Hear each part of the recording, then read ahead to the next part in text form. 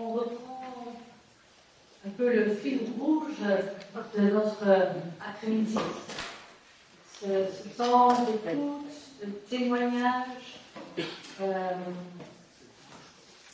Nous sommes très, très heureux d'accueillir ce soir un membre de Guerrier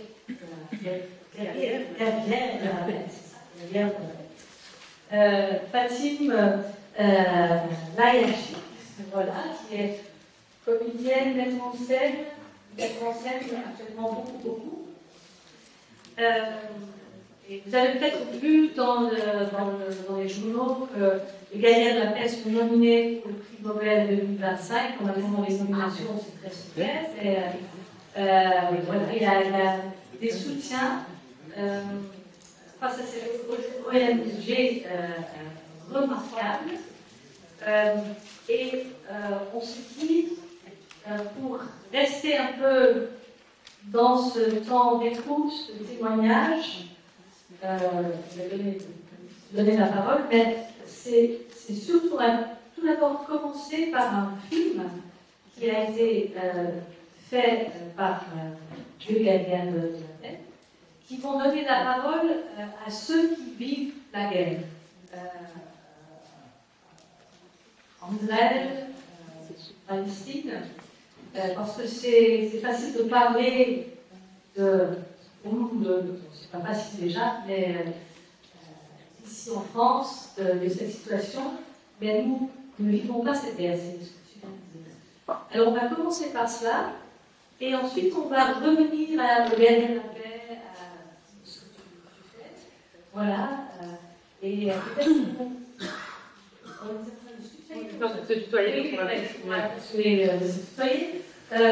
Peut-être tu peux nous introduire avant de voir un morceau de ce film, parce qu'on va faire le premier demi-heure. Si vous voulez le voir en entier, on vous donnera le lien, parce que c'est possible de le voir en entier.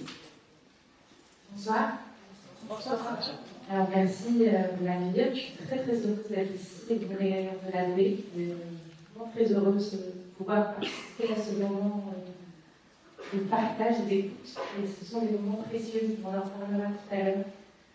Et là, je vais vous laisser en compagnie regarder le film co-réalisé par Anna Assouli et Sonia Terrab. Et ce film donne la parole aux sept exilés qui en Israël et en Palestine, malgré les deuils, malgré la guerre, malgré les entraves, continuent de se battre pour la paix. Et nous pensons que ce sont eux les visages de la résistance et que leurs voix, leurs actions, leurs engagements sont précieux et leur courage nous oblige. Alors je vous laisse en leur compagnie. Je crois que maintenant je laisse une trentaine, diffuser 38 minutes du film. Bien évidemment, si vous avez envie de poursuivre, le film est disponible sur le site de France Télévisions. La chaîne du Sénat. Je sais plus la chaîne du Sénat. On en parlera. Mais je crois que c'est important. Ça fait de nombreuses années, mais encore plus cette dernière année, ces derniers mois, où on parle beaucoup au nom de celles et ceux qui vivent la guerre, sans entendre la parole. Je pense qu'il est important de les entendre, de les écouter, parce que leur courage, leur force sont une très grande leçon pour nous tous. Voilà. Bonne projection et à tout à l'heure. Voilà. Est-ce que tu peux expliquer un peu ce film, l'histoire de ce film? On a déjà vu. Oui. Je pense que le film parle bien, je suis pas sûre qu'il y ait besoin de beaucoup d'explications. Après, dans le début, dans le prologue, Anna et Sonia racontent quelque chose d'extrêmement sincère. Elles étaient aux côtés de militantes féministes iraniennes, ukrainiennes, russes, françaises, marocaines, palestiniennes et israéliennes. Elles ont participé à cette grande marche le 4 octobre.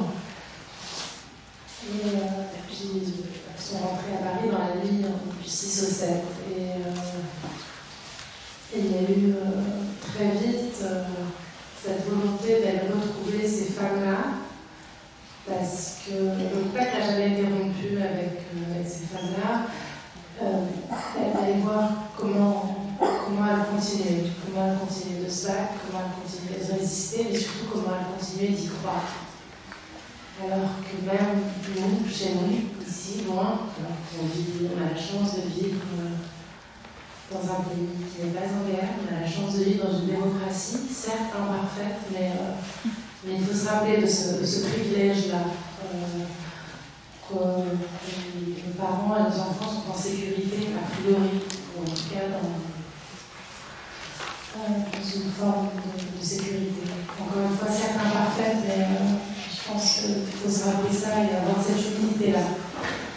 Et alors que même ici, on a tendance à se déchirer, à ne plus pouvoir se parler parfois, à avoir des débats qui se polarisaient de plus en plus, et avec toujours en sous-texte cette injonction à choisir un camp et à choisir son camp, parce que forcément, de par son nom, de par son origine, de par sa supposée appartenance à une religion, à une communauté, on doit défendre un clan. Et nous, on croit que les deux seuls camps qui s'opposent dans ce conflit, mais dans beaucoup d'autres, c'est celui des obscurantismes, des idées mortifères, face à celui de la vie, de la paix et de l'espoir. Il y avait chez Anna et seulement en tant que réalisatrice, et chez nous tout en tant que militante, l'envie de faire entendre ces voix-là, ces voix de paix, ces voix de vie. Et vous savez, derrière de la paix, ça peut parfois sonner comme un oxymore, mais moi je pense pas. Je pense que c'est même le seul combat qui vaille. Et la paix, c'est pas du tout un vœu pieux, c'est pas une utopie idéaliste, c'est quelque chose d'extrêmement pragmatique. Parce que pour faire la paix, il faut avoir fait la guerre. On ne fait pas la paix avec ses amis, on fait la paix avec celui qui a été notre ennemi. Et c'est aussi de ça dont il s'agit dans ce film. On n'est pas face à juste des colombes complètement idéalistes et déconnectées de la réalité. Ces hommes et des femmes, vous avez entendu une partie des témoignages, savent ce qu'est la guerre. Ils savent ce qu'est la guerre parce que pour certains, ils y ont participé, ils ont combattu, et pour d'autres, la guerre les a endeuillés. Donc ils savent le prix de la guerre et ils ont conscience du prix de la paix. Et je crois que c'est important de faire entendre ces voix-là ici.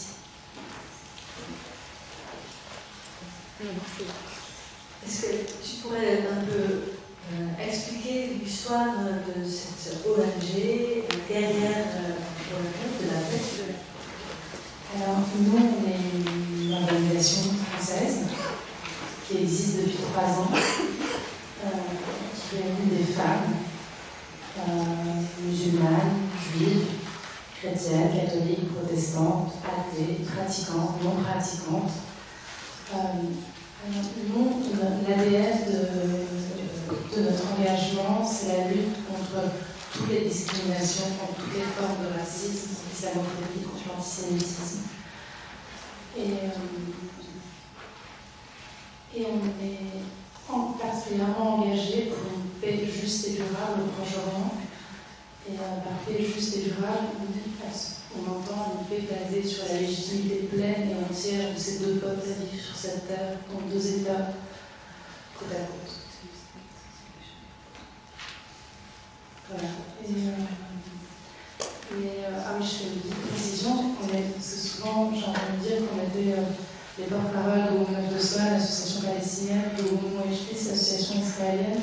Donc on est une association française, on est très proche de ces 2 associations. On est très proche de Rima Al-Khalifa, que vous avez vu dans un documentaire. Mais nous, on amplifie leur voix en France, en Europe, on relaie leur parole. c'est important et qu'elles sont malheureusement assez médiatisées. Les voix des militantes et des militants israéliens et palestiniens pour la paix sont pas assez relayées, mais nous sommes une association française. On se bat aussi on milite aussi pour des questions franco-françaises qui nous animent ici, et notamment qui nous interrogent comment on continue à faire société ici et maintenant à l'aune de ces débats qui nous déchirent et qui nous divisent, souvent pour les mauvaises raisons d'ailleurs.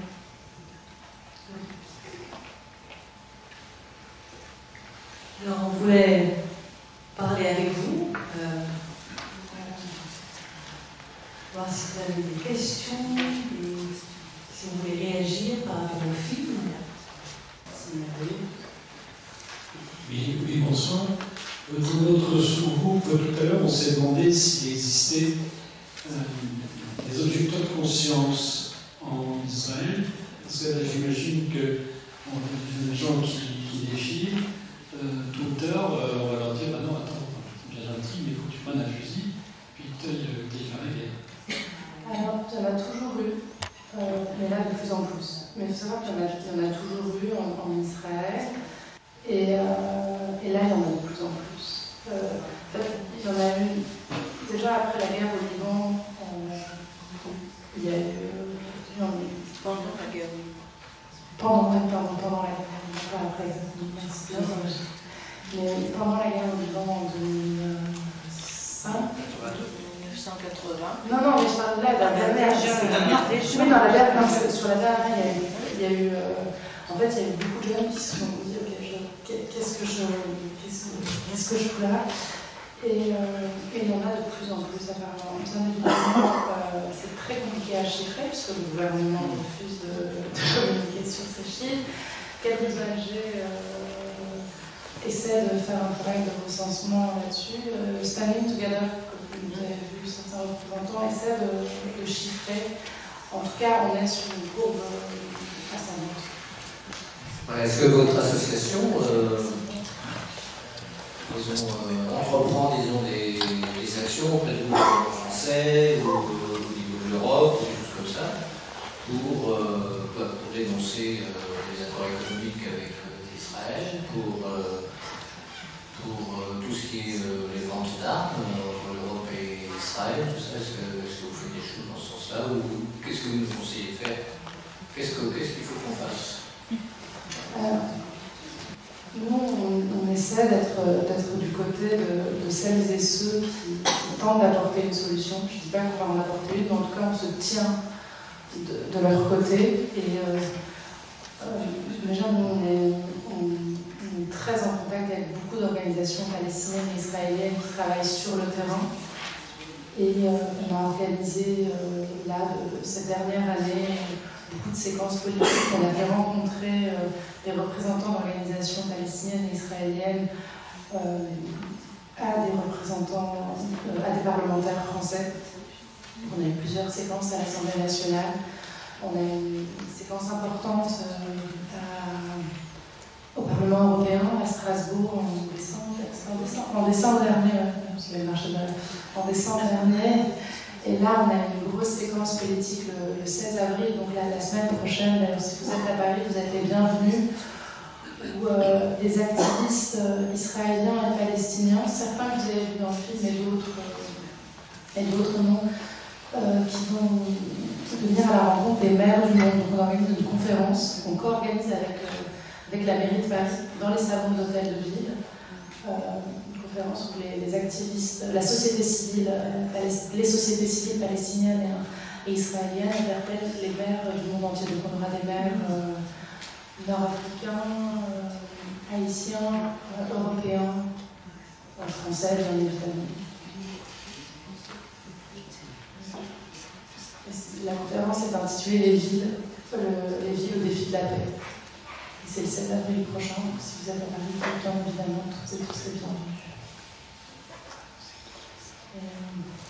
Nous, en tout cas, on essaye, c'est une des parties, un des volets sur lesquels on travaille, derrière de la paix, de relayer ces voix-là auprès des politiques, et que ce soit la politique locale, donc les maires, parce qu'on croit vraiment au pouvoir de la politique locale. Notamment là, par exemple, le 7 avril, on a un maire rwandais qui vient. Et donc, comment Rwanda s'est construit la réconciliation à l'échelle locale, parce que les maires ont un rôle très important à jouer. Et, on est très proche du maire de Bethléem qui œuvre beaucoup sur le terrain. Et ça, c'est très important. On croit beaucoup à la politique locale. On travaille également avec les députés. L'idée, c'est d'essayer d'avoir, avec évidemment 2 cordons sanitaires, mais on essaie d'être transpartisan et essayer d'interpeller plusieurs partis politiques, ne pas faire de cette question-là une question partisane. Et on a fait la même chose au Parlement européen en décembre et on continue.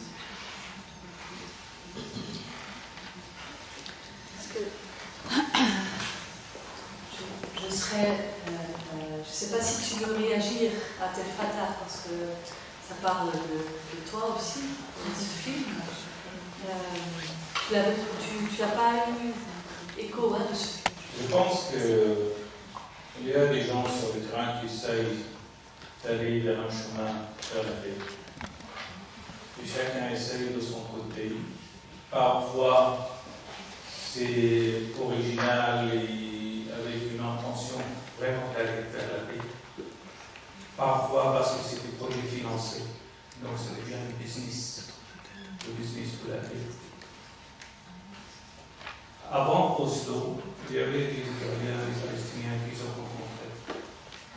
Après Oslo, il y avait l'industrie de la paix, avec les Européens, les Américains qui finançaient, envoyaient Site-Sophie, Sainte-Sophie, et tous ces morceaux de paix qui sont déconnectés de la réalité. Mais le problème qui se pose pour moi, qu'est-ce que ça aboutit à quoi? Jusqu'à maintenant, tous ces rencontres, au niveau humain, c'est bien, mais au niveau résultat, n'ont pas abouti.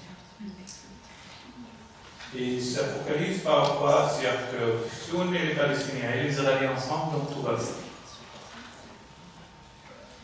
Alors, le problème n'est pas entre individus. Le problème, comme a dit, je pense à Ahmad, on est des gens, on est des parents, on a les mêmes larmes, on a la même douleur quand il y a un enfant qui est tué ou un membre de notre famille est tué. Mais là, pour construire la paix, comme je dis souvent, il faudrait avoir la paix en soi pour pouvoir le construire avec les autres. Il y a une communauté israélienne qui est dépourvue de paix interne et une communauté palestinienne qui essaye de tellement je n'aime plus ce mot paix parce que ça devient vraiment une insulte à la paix. Et il y a c'est bien que tu parles de juste, parce que sans justice, il n'y a pas la paix. Sans égalité, il n'y a pas la paix. Sans le respect, il n'y a pas la paix. Sans la reconnaissance, il n'y a pas la paix. Et donc, notre combat, moi, je ne peux pas travailler avec les Israéliens pour m'afficher comme un activiste pour la paix. Moi, mon combat est que nos enfants puissent penser vivre et grandir et non pas juste être un chiffre sur un test de martyr ou handicapé pour le restant de leur vie ou périr dans les prisons israéliennes. Il faut penser que le seul moyen est de porter un fusil.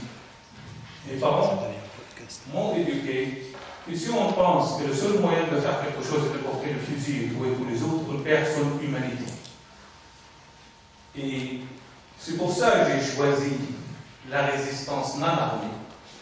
Et je veux bien distinguer entre violence et non-violence et résistance armée et non armée, parce que la résistance ne peut pas être violente dans le sens même avec les armes, parce que c'est un droit légitime. Il faudrait comprendre ce qui est légitime et ce qui n'est pas légitime. Et donc, c'est pour ça que c'est un poids lourd, le combat non armé en Palestine, parce que toute la colère, toute la frustration, parfois toute cette déshumanisation et la violence gratuite d'une armée d'occupation, et même comme j'ai dit tout à l'heure, rentre dans le centre culturel pour détruire une viande gratuite. Qu'est-ce qui peut justifier ça? Moi, comme beaucoup, on n'a jamais haï, je ne connais pas la haine. Parce qu'encore une fois, si on me consomme par la haine, on perd son humanité. Et c'est pour ça que je ne veux pas me réfugier dans la haine ou la violence, etc. Parce que d'abord, c'est contre ma foi comme musulman, c'est contre mon humanité comme être humain, c'est contre ma palestinité comme un Palestinien dans une terre qui accueille les autres, qui est inclusif et pas exclusif. Mais en même temps, je ne peux pas dire aux oppresseurs bienvenue, il faudrait qu'ils arrêtent. Et comme notre prophète Mohammed sallallahu alayhi wa sallam a dit, soutenez votre frère s'il est opprimé ou oppresseur. Alors ces compagnons étaient un peu... Qu'est-ce que ça veut dire? On connaît comment soutenir un opprimé, mais comment soutenir un oppresseur? Il leur a dit par l'interdire de faire l'oppression. C'est ça, c'est comme ça que vous soutenez même les oppresseurs, en donnant la reconnaissance qu'ils font une oppression parce que vous vous souciez de leur humanité, de leur avenir, de leur futur. Il faudrait qu'ils arrêtent la violence, l'oppression, etc. Sinon, qu'est-ce que peut justifier tout ce qui se passe aujourd'hui? Parce que personne n'a mis de barrière, essentiellement avec Israël. Et là, la violence continue, malheureusement. L'oppression, le génocide, etc. Et ça ne fait pas de bien à Israël et aux Israéliens. Donc, c'est pour ça, bon, moi j'ai choisi de ne pas travailler avec les Israéliens. Les Israéliens doivent faire leur propre travail pour construire leur paix en soi. Et quand ils sont mieux placés, et que nous sommes mieux placés pour faire la paix ensemble, nous serons pas d'égalité et de justice, et faire un impact dans le gouvernement. C'est ça la force qu'on aura si le gouvernement pour qu'il soit à genoux devant la volonté du peuple. Mais là, toutes ces manifestations qu'on voit, ça fait de bonnes émotions. C'est bien de regarder les gens s'en passer, se serrer, etc., manger ensemble, danser ensemble. Mais à la fin du jour, chacun regarde dans son coin du mur et personne ne voit personne. Les meurtres, tueries, continuent malheureusement. Et donc, pour moi, je travaille à construire la paix pour nous, d'abord, avant d'aller de l'autre côté. Et il y a des Israéliens qui travaillent de ce côté-là aussi, comme Zofrot ou Breaking the Silence, etc. Tu parlais tout à l'heure des objecteurs de conscience, Breaking the Silence, c'est un travail extraordinaire de recensement et de libérer la parole des soldats.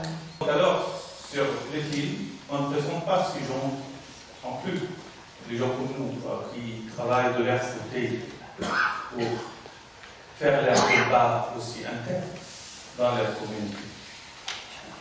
Il faudra travailler avec les Israéliens pour que ce soit réfléchi. Non, je me permets juste de réagir sur ça parce que moi je suis très proche de Rima Al-Hajjaj que vous avez vu dans le film et de la trajectoire personnelle et d'engagement de Rim est absolument fascinante et rejoint ce que vous dites. Rim est née et a grandi dans un camp de réfugiés au nord de Bethléem où elle vit encore et où elle est mère de famille. Et elle est mère de 3 enfants et quand l'aîné de ses fils a eu 14 ans, elle s'est rendue compte qu'elle était prise dans un étau de peur.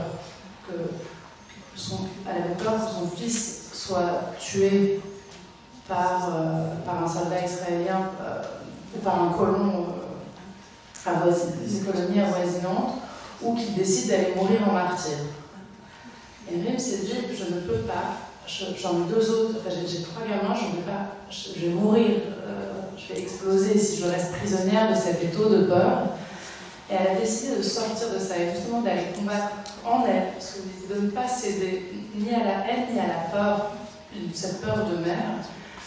Et elle a monté cette organisation qui s'appelle Women of the Sun, parce que dans le camp de réfugiés où Rim vit, il faut savoir que la plupart des logements, la lumière du jour n'entre pas.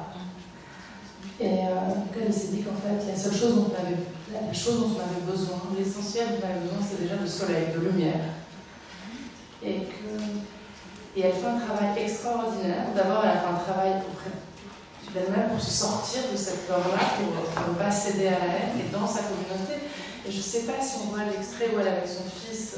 Oui, on a et moi, je trouve que ces initiatives vont à l'encontre, parce que c'est tellement facile de céder à la haine. C'est presque plus simple.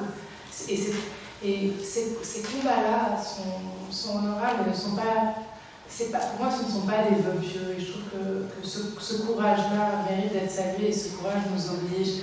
Comme le courage, on ne voit pas dans le film, je ne l'ai pas dans le film, mais d'un militant activiste palestinien qui s'appelle Aziz Abou Salah, que je suis sûre que beaucoup d'entre vous connaissent, et qui raconte sa trajectoire. Il a vu son petit frère se faire tuer à bout portant. Son petit frère, il pouvait être accusé de tout, mais enfin, c'était un gamin, donc il n'y avait rien ne pouvait justifier l'assassinat de son petit frère. Et Aziz a mis 7 ans pour passer de la haine à aujourd'hui devenir un activiste pour la paix, pour la non-violence. Et cette trajectoire, il la raconte sublimement, et je trouve que non, ce sont des trajectoires importantes, inspirantes, et qui disent quelque chose, et qui dessinent un avenir, qui dessinent une possibilité d'avenir. Parce que si on ne peut pas confier, on ne peut pas céder à un gouvernement fasciste de Netanyahou et ses copains Ben-Gvir et Smotrich et les idées mortifères du Hamas nous confisquer l'avenir de cette région. Et je pense qu'il faut saluer celles et ceux qui permettent de dessiner une possibilité d'avenir et un avenir juste et durable. Parce qu'il ne s'agit pas d'un avenir fait de câlins et juste de bons sentiments, parce que la paix, c'est quelque chose de pragmatique et de sérieux. C'est pas juste danser, faire des accolades et manger le hummus de la fraternité. Je peux juste... alors, votre ONG s'appelle Guerrières de la paix. Alors, ces femmes, là, on a vu aussi beaucoup d'hommes. Quel est le rôle des femmes dans cette recherche de paix? Est-ce que les femmes ont quelque chose d'autre à apporter, un autre regard? Là, il y a cette marche des mères, oui, voilà. Pourquoi guerrière de la paix? Alors, nous, on n'est pas du tout, on travaille du tout à ce cliché comme quoi les femmes seraient plus douces ou plus enclins à l'empathie. En revanche, on pense que les femmes peuvent être plus pragmatiques parce qu'elles donnent la vie. Et en ça, on s'inscrit dans les résolutions de l'ONU qui invitent à ce que les femmes participent plus à la table de négociation et à la prise de décision. Et dans tous les conflits, les femmes sont utilisées pour l'arme de guerre. On voit des féminicides et des viols. Et souvent, dans les guerres, ce sont les premières victimes. Et parce que ce sont les premières victimes, il n'y a pas de raison qu'elles soient exclues de négociations pour les solutions. Mais on ne croit pas à cette chose angélique. Oui, les femmes seraient plus empathiques, plus douces. En revanche, on pense à un pragmatisme. Et au final, quand on regarde dans tous les théâtres de guerre actuels, les femmes sont en première ligne. Cette violence et ces injustices en Israël-Palestine, en Ukraine, au Soudan, ça nous révolte, ça nous concerne de manière humanitaire. Mais ce n'est pas la raison pour laquelle nous sommes ici. La raison pour laquelle nous sommes ici, c'est parce que ces violences, ces injustices nous concernent de manière théologique. Puisqu'en tant que chrétiens, nous considérons qu'il y a une forme de mission, je veux dire comme cela, une fois qui revient au judaïsme et qui comprend, en l'occurrence, un projet qui permettrait aux Juifs et aux Arabes en Israël-Palestine de vivre ensemble. Est-ce que cette réalité, vision théologique apparaît dans le combat des guerrières pour la paix, ou est-ce que c'est une affaire purement, faudrait dire, humanitaire? Alors, je pense que cette vision théologique est en effet très intéressante et fait sens, encore plus qu'ici. En revanche, nous, on s'inscrit dans une démarche, en tout cas dans un postulat beaucoup plus laïque. Après, on a chacune des biais différents.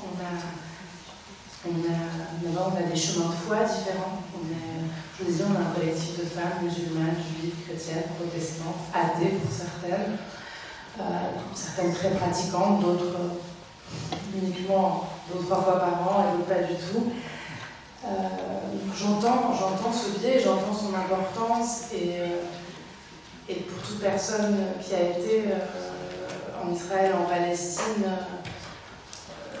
ce serait extrêmement malhonnête de faire fi de l'existence de ce biais-là. C'est une terre 3 fois sainte et ça fait partie de la réalité de la chose. En revanche, on s'inscrit dans une démarche uniquement politique et des résolutions uniquement politiques. Voilà. Et juste pour revenir sur ce qui vous réunit ici, je voulais juste vous remercier de m'avoir invité, de vous avoir invité les guerrières, mais aussi vous féliciter de créer ces endroits de rencontre et de dialogue, parce que c'est précieux, c'est important de pouvoir se dire, de pouvoir s'entendre et de pouvoir faire résonner des récits, parce que je pense que j'ai l'impression que la même foi vous unit, mais je ne suis pas sûre que vous votiez tous de la même manière, que vous ayez les mêmes biais sur ce conflit. Et je voudrais vous féliciter d'être là, de prendre ce temps-là, parce que c'est un temps qui reste quand même 2 jours et demi, et c'est précieux, c'est important, et si seulement il peut y avoir plus d'espace de dialogue, et plus que de dialogue, d'espace d'écoute. Et je crois que c'est nécessaire. Et à titre personnel, je pense qu'on est nombreux. Quelque chose qui m'inquiète beaucoup, c'est que depuis un peu plus d'1 an, ce conflit est en train même de remettre en cause notre capacité à faire société. Parce qu'on ne s'écoute plus, parce qu'on ne sait plus s'écouter, parce qu'on ne veut plus s'écouter, parce qu'on ne veut même plus écouter l'autre, parce qu'on a de plus en plus de positions dogmatiques. On est pro quelque chose ou pro autre chose, sans même connaître une date, un chiffre, et puis on réduit les Palestiniens et les Israéliens à des fragments d'humanité, à des drapeaux, à des étendards. Sauf que les Israéliens et les Palestiniens sont des peuples avec une histoire, avec une réalité, avec des noms, avec des histoires. On ne peut pas juste en faire des écrans de projection, de fantasmes. Et ces positions dogmatiques sont en train de creuser des fossés dans notre société ici. Et personnellement, en tant que citoyenne, ça m'attriste d'abord et ça m'inquiète ensuite. Et après, quand je vois que des initiatives comme la vôtre existent et perdurent, et je trouve ça merveilleux, je vous en félicite. Et vraiment, je pense que vous faites quelque chose d'important.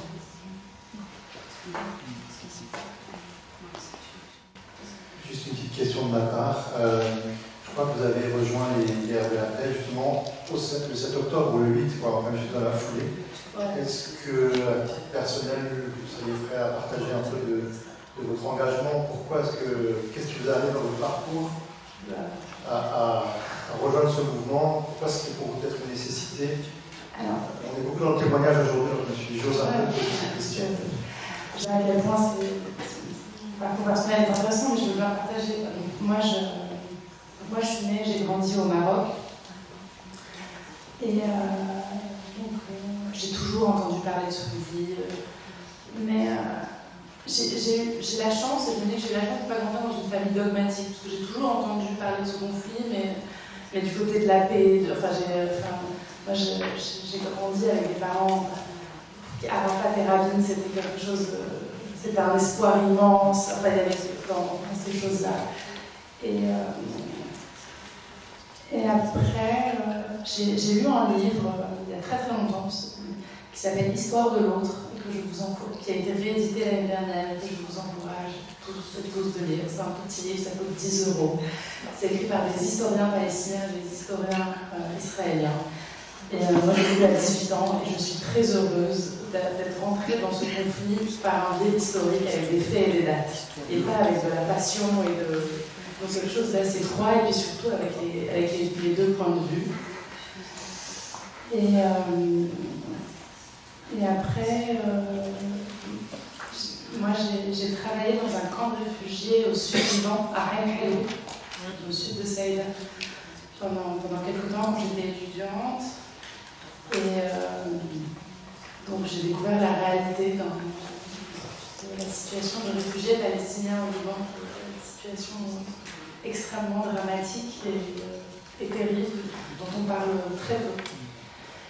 Et après ça, j'ai eu envie d'aller en Palestine et en Israël, et j'ai eu la chance de vivre pendant 1 an à Jérusalem. Je travaillais dans une ONG palestinienne qui s'appelait, c'était plus Middle East Non-Violence et Démocratie, avec Lucie Moussaïde. Et j'ai eu la chance de vivre pendant 1 an à Jérusalem, et j'ai eu surtout la chance de vivre dans la vieille ville, ce qui est un privilège rare et que je chéris. Et voilà. Et moi j'ai toujours cru à la légitimité pleine et entière de ces deux peuples à vivre sur cette terre. Et j'ai toujours milité pour une paix juste et durable, pour l'arrêt de la colonisation. Et moi c'est vraiment... au lendemain du 7 octobre, le 7 octobre au matin, moi j'étais effarée, j'étais sidérée comme beaucoup de gens, j'imagine. J'étais dans mon lit ce matin, je regardais ces images, j'étais sidérée. Et comme j'étais sidérée, le 13 novembre au soir, j'étais sur une terrasse à Paris. Il y avait cette même sidération. Et en même temps, j'ai commencé à voir des choses sur les réseaux sociaux extrêmement violentes de part et d'autre. Et il se trouve que moi, j'ai des amis en Israël et des amis en Palestine, et que moi, le 7 octobre, j'étais inquiète pour des potes en Israël, j'étais inquiète pour la sœur de mes meilleurs amis qui s'est mariée à un Gazaoui, qui vivait à Gaza et qu'on n'arrivait pas à joindre. Enfin, voilà, donc cette réalité-là. Et le 8 ou 9 octobre, est passé à la télé Anna, et c'est vraiment anecdotique, mais bon, je raconte. Et moi, j'ai pas vu l'émission, et ma mère m'appelle le lendemain, elle me dit, je sais pas si ça arrive à la télé hier soir, mais il faut que tu regardes en replay parce qu'il y avait une fille. Si je regardais pas la télé, c'était toi qui parlais. Je me dis, je n'ai jamais vu ça, c'était. Et voilà. Et en fait, effectivement, j'ai regardé, donc il y avait une idée assez sur. Et donc, oui, j'ai rejoint les guerrières le 9 octobre, je pense, et c'était un endroit où on pouvait à la fois dénoncer les massacres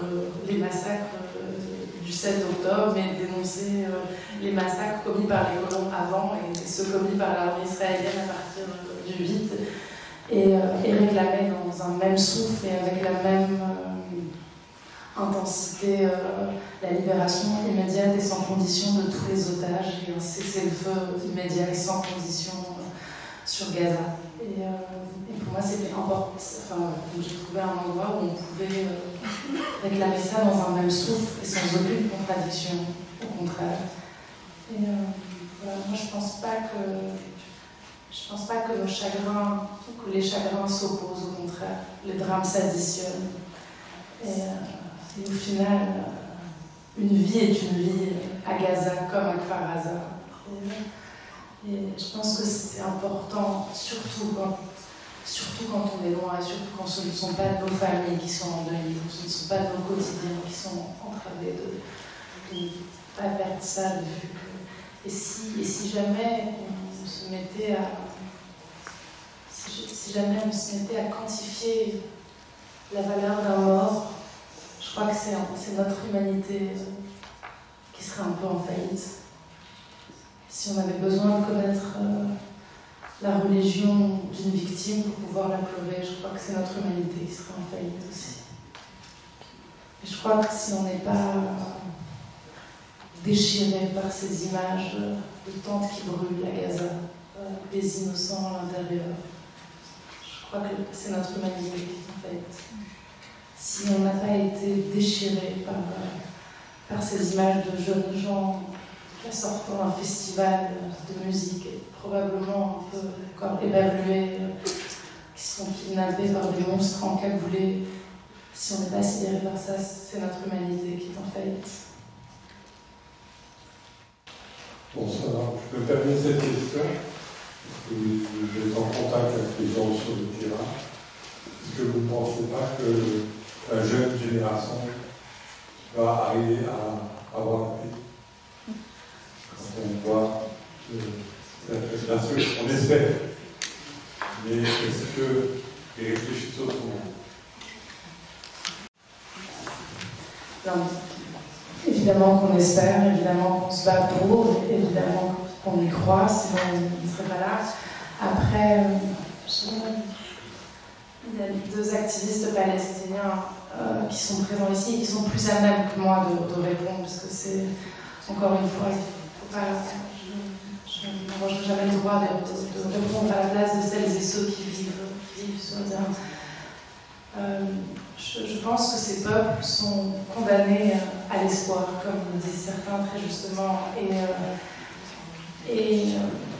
Alors j'entends que quand on vit sous les bombes, quand on vit avec un quotidien qui est empêché, avec des déplacements qui sont entravés, avec un avenir qui est incertain, j'entends qu'on puisse faire de l'espoir, mais je pense que nous, ici, en démocratie, avec cette liberté d'expression, cette liberté de parole, cette liberté de militer, je pense qu'il est notre devoir de rester du côté de l'espoir. Et on leur doit.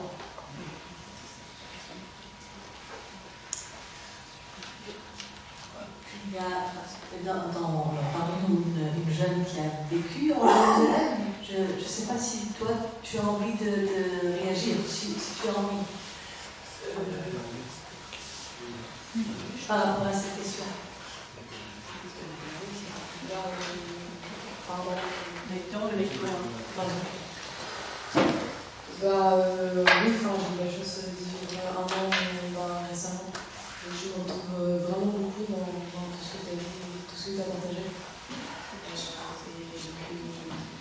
Les répercussions en France, essayer de trouver un terrain j'ai l'impression que ça se polarise énormément et que ça ne fait pas avancer le débat ou quoi que ce soit. Et c'est un petit peu les réflexions qui travaillent moi et mes amis, etc. qui m'ont été aussi. Et voilà, je me retrouve juste vraiment plein de choses que tu Juste réagir à ce que tu viens de dire, ça me fait penser à une phrase d'une figure palestinienne qui s'appelle Louda Abou Akoub, qui est aujourd'hui à la tête de l'antenne palestinienne de l'ONG Surf for Common Ground, et qui dit un truc que je trouve hyper juste, qui dit oui, pendant que vous vous écharpez, à dire oui, je suis pro-palestinien, je suis pro-israélien, je suis pro-ceci, mais non, toi, pendant ce temps-là, nous, on continue de mourir. Et je trouve sa froideur et son cynisme assez brillant, et c'est vrai, pendant que nous, on s'écharpe et on brandit des drapeaux. Que fait-on concrètement, à part nous déchirer, nous, ici en France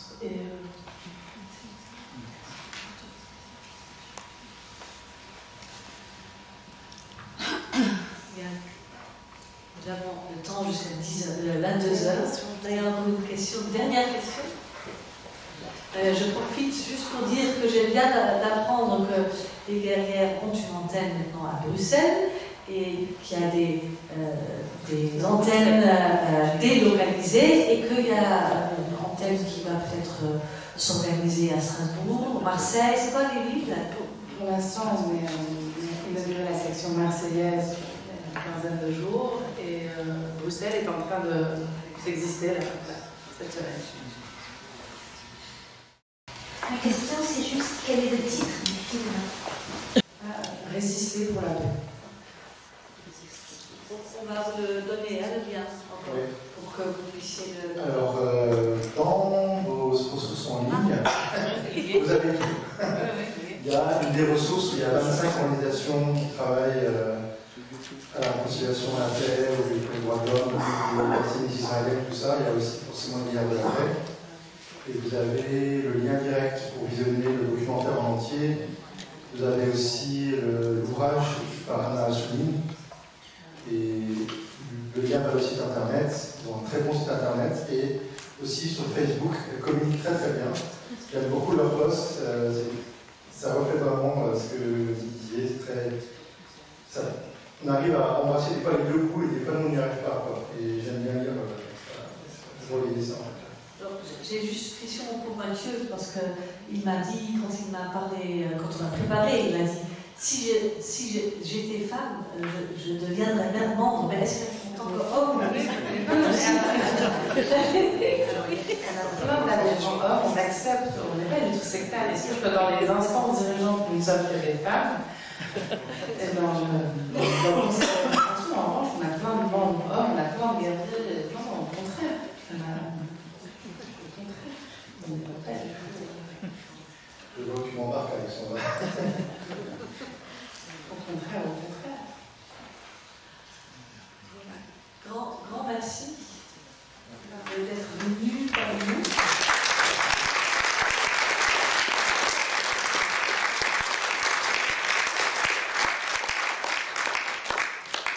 Merci à vous et encore une fois, vraiment, je pense que ces moments que vous construisez sont précieux.